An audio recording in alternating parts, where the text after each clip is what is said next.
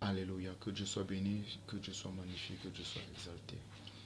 Que Dieu soit célébré au-delà de tout, au-dessus de tout.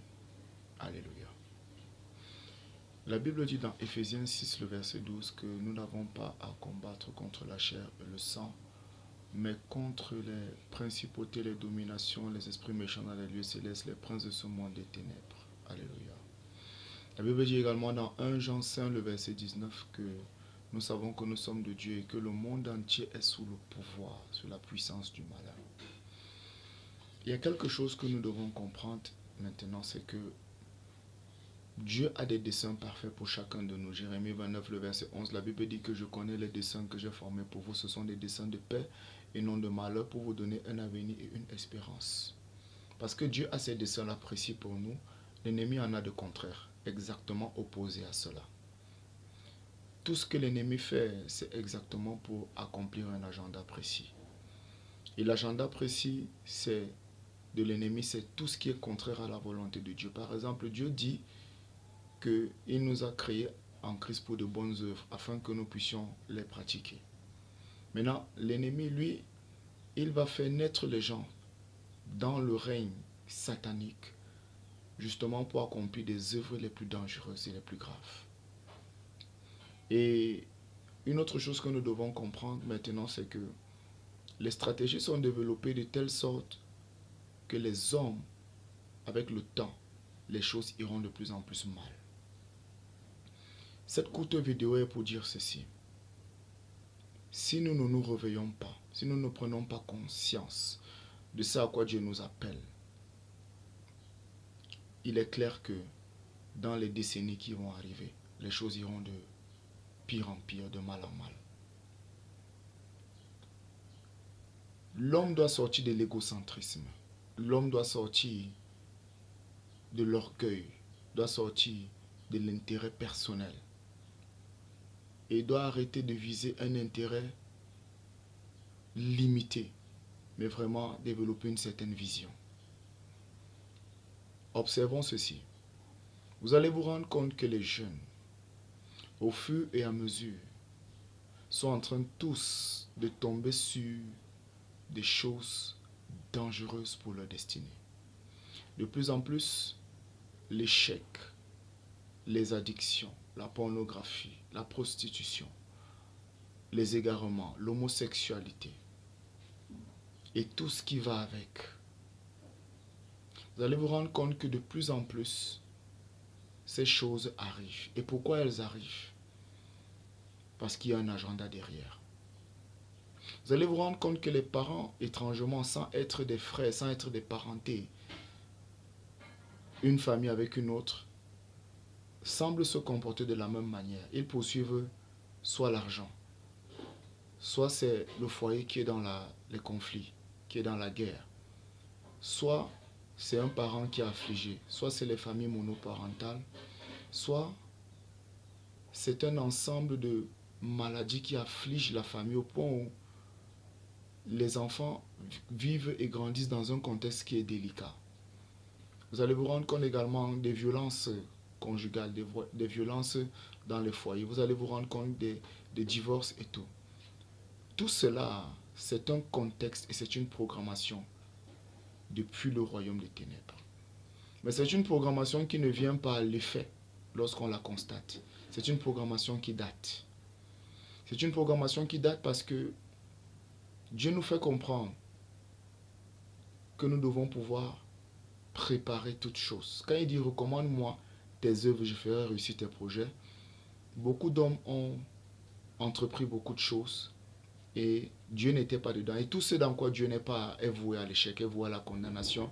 Mais ce n'est pas seulement l'échec et la condamnation, c'est voué à amener plus de personnes dans des perditions parce que l'ennemi a pu s'infiltrer. Tout ce dans quoi Dieu n'est pas dedans, l'ennemi est dedans. Maintenant, une chose que nous devons comprendre, c'est que il y a une stratégie de l'ennemi qui vise à détruire. Tous les dérèglements que nous allons observer dans la société, dans le monde, tirent leur base fondamentale de la famille et de l'éducation. Quand je parle de la famille, je parle de l'éducation, je parle des deux systèmes mis en place par toutes les formes de société pour pouvoir fixer une certaine base, pour pouvoir élever et ériger un édifice. Il n'y a pas d'édifice sans fondement, il n'y a pas d'édifice sans base. Maintenant, Dieu nous compare à une maison. Maintenant, la qualité de la maison que nous sommes est fonction de la fondation que nous avons. Et les fondations les plus dangereuses sont les fondations spirituelles. Je vais même dire les fondations les plus importantes sont les fondations spirituelles. Alléluia. Et dans les fondations spirituelles, nous avons la fondation divine, nous avons la fondation satanique. Toute fondation qui renie ou qui est influencée par le système mondial est une fondation satanique. Les personnes vont vous dire, ce n'est pas comme ça qu'on éduque, ce n'est pas comme ça qu'on fait, ce n'est pas comme ça que ça se passe. Parce que elles sont éclairées par une petite lueur, une toute petite lueur. Et elles veulent fixer leur lueur comme étant la doctrine de vie. C'est pour ça qu'il y a un ensemble d'égarements, c'est pour ça qu'il y a un ensemble de dérèglements. Maintenant, une chose, c'est que il y a la fondation divine. La fondation divine est celle qui est solide, est celle qui est basée sur Dieu, est celle qui est basée sur Jésus-Christ. La Bible dit dans Matthieu 7, le verset 24 à 25 que celui qui écoute ces paroles, la parole de Dieu, et qui la met en pratique, est comme un homme qui a bâti sa maison sur le roc. Il a creusé d'abord profond, il a bâti sur le roc. Les tempêtes sont venues, les vents, la maison est restée inébranlable et elle n'a pas subi quelque dommage que ce soit. En fait, nous sommes tous des édifices, nous sommes tous des maisons. Et parce que nous sommes tous des édifices, nous sommes tous des maisons, si nous ne comprenons pas le principe sur lequel nous devons bâtir sur le roc, bâtir sur la parole. Et quand je parle de parole, je parle vraiment de tout ce qui concerne la parole. Alléluia. Je parle de tout ce qui concerne la parole. Si nous ne bâtissons pas sur tout ce qui concerne la parole, ou de tout ce qui est mentionné dans la parole, concernant l'élévation d'un édifice, il est clair qu'il y aura un ensemble de dérèglements. Maintenant, il est très important de comprendre autre chose. C'est que la fondation spirituelle est fixée. Maintenant, il y a la fondation de croissance. La fondation de croissance, c'est une autre fondation qui est très importante parce que la fondation de croissance va avec le système de doctrine. Ça va avec le système de croyance. Ça va avec le système de considération, le système de pensée. Et le système de pensée mondial, par exemple, dans ce temps-ci, c'est le système où un homme peut aller avec un homme, une femme peut aller avec une femme, au point où même les satellites qui sont vendus, je parle là précisément d'un satellite que nous connaissons très bien qui influence la francophonie de manière négative. Ces satellites proposent dans des chaînes qu'on ne peut pas imaginer des scènes où une femme embrasse une autre et elle se retrouve dans un débat sexuel en pleine télévision. On se retrouve dans d'autres chaînes où il y a des initiations qui se font en direct. D'autre part, les dessins animés, d'autre part, les séries, d'autre part, des films, d'autre part, des jeux vidéo. C'est un système bien conçu. C'est un système bien conçu. C'est conçu de la sorte exactement pour faire rentrer les choses dans la vie des gens. Pour mettre et infiltrer la tolérance. Pour faire passer un ensemble de démons, d'esprits impurs qui vont venir rentrer dans les personnes. Et il y a une chose dans le système de la guerre. C'est que l'ennemi qui vient face à toi avec toutes les armes, tu le reconnais facilement. Mais un ennemi qui est infiltré, lui, tu ne peux pas le reconnaître. Mais le moment où il doit pouvoir détruire, il réussit à détruire avec une facilité qui est étonnante. Pourquoi? Parce que il a déjà pu passer tout ce par quoi il pouvait passer dès la base. C'est pourquoi nous devons faire très attention à nos consommations. La Bible dit dans 2 Corinthiens 5, le verset 17 que si tu es en Christ, tu es une nouvelle créature. Les choses anciennes sont passées, toutes choses deviennent nouvelles. Lorsque nous naissons de nouveau dans le mystère de la nouvelle création, nous naissons de l'Esprit de Dieu. Nous naissons de l'Esprit et nous sommes des bébés spirituels. La Bible dit dans 1 Pierre 2 que nous devons désirer de lait spirituel qu'est la parole de Dieu afin que par cela nous croissions jusqu'à parvenir à la maturité. Une autre version dit jusqu'à parvenir au salut. Maintenant, étant donné que nous sommes des bébés spirituels, il est important de comprendre que lorsque nous naissons spirituellement, notre âme ne naît pas. Notre corps ne renaît pas. Par contre, notre âme doit être régénérée, doit être renouvelée. C'est pourquoi Paul peut dire dans Romains 12, le verset 2. Après le verset 1, il parle de la consécration du temple qu'est le corps par la sanctification. Le verset 2, il précise, ne vous conformez pas au siècle présent, mais soyez constamment transformés par le renouvellement de votre intelligence. C'est très important de le comprendre. Dans la version King James, on parle de renewing of your mind. Ça veut dire le renouvellement de ton esprit, le renouvellement de ton âme, vu sous cet angle-là. Et qu'est-ce que l'âme? L'âme, c'est le système de la pensée, des émotions, de la volonté, des sentiments, des considérations, de l'intelligence. Maintenant, le système intellectuel est influencé dans les nations. Et parce que le système intellectuel est influencé dans les nations, les personnes vont se retrouver en train de penser d'une certaine manière. On a vu par exemple des livres qui ont fait écho il y a quelques années, où depuis le cours préparatoire, on apprenait à l'enfant la sexualité et le système de genre. Et ça continue jusqu'à présent. Ça, c'est ce qu'on appelle l'influence intellectuelle. Maintenant, au niveau des émotions, il y aura un ensemble de personnes qui vont commencer à être influencées par certaines choses qu'elles verront. Ces personnes-là. Par exemple, tu es dans une rue, tu vois un homme toucher un homme, il se caresse. Tu vois une femme toucher une femme, il se...